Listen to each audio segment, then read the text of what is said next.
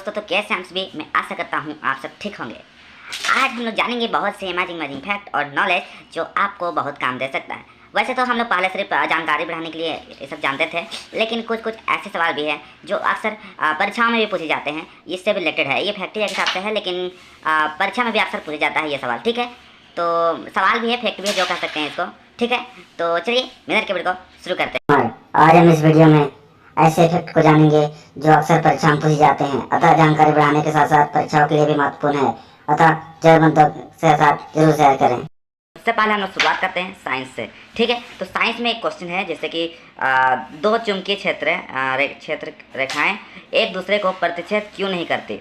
तो इसका जवाब क्वेश्चन क्या हो जाएगा कि चुंबक की सुई हमेशा एक ही दिशा की ओर संकेत कर सकती है या करती है। ठीक है, तो यदि दो चुंबकीय क्षेत्र रेखाएं एक दूसरे को प्रतिच्छेद करती है या करे, तो इसका मतलब होगा कि प्रतिच्छेद बिंदु पर चुंबकीय क्षेत्र की दो दिशाएं हैं और दिशा को सूचित करने वाला जो दिशा सूचक होता है वो दो दिशाओं की ओर संकेत करेगा, जो बिल्कुल संभव ही नहीं है।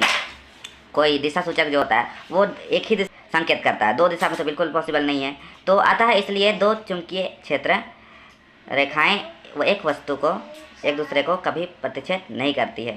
ठीक है, तो ये था साइंस का। ये अक्सर पता नहीं ये पूछा जाता है कि नहीं, लेकिन फिर भी अधिकतर चांस हो सकता है कि ये पूछा जाए। ठीक है, तो ये क्लास 7, 8, 9, 10 अधिकतर चांस है, इसमें पूछा जा सकता है।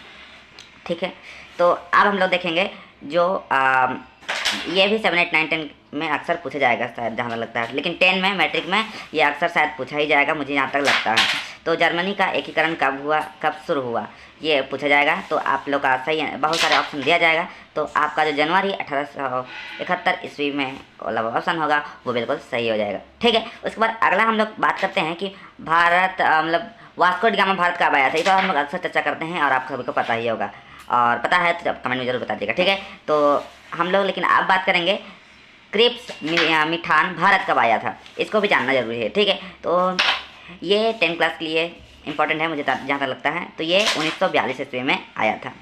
ठीक है, अगला हम लोग बात करते हैं, अक्सर हम लोग बैंक ऑफ इंडिया के बारे में तो जानते ही होंगे, और क्या आपने बैंक ऑफ फ्रांस सुना है?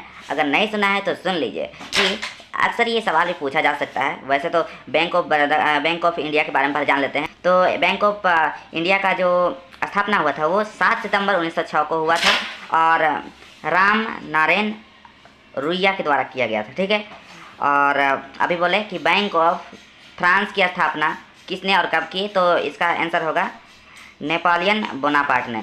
ये अक्सर पूछा जाता है कि किसने की, ये पूछा जाएगा, कब की ये नहीं पूछा जाएगा। तो आप लोग को इतना जानने की ज़रूरत नहीं है। तो हम लोग ऐसे ही बातों बातों में बहुत सारे फैक्ट को जान गए। तो लेकिन फिर भी एक और फैक्ट है जो मैं बताना चाहूँगा, वो है कि भाप इंजन का आविष्कार किसने की। तो ये एक हिसाब से नॉलेज जो कहे जेम्स वाट ने किए थे। ठीक है, तो मुझे आशा है आप सबको बहुत कुछ जानने को मौका मिला होगा। भले ही मैंने खुद से तो नहीं बताया, इस कॉपी में लिख लिया था जो नोट है, नोट करने लायक, तो आपको पता चल गया होगा। तो आज के लिए इतना ही रखते हैं, मिलते हैं अगले वीडियो में, तक के लिए टेक केयर।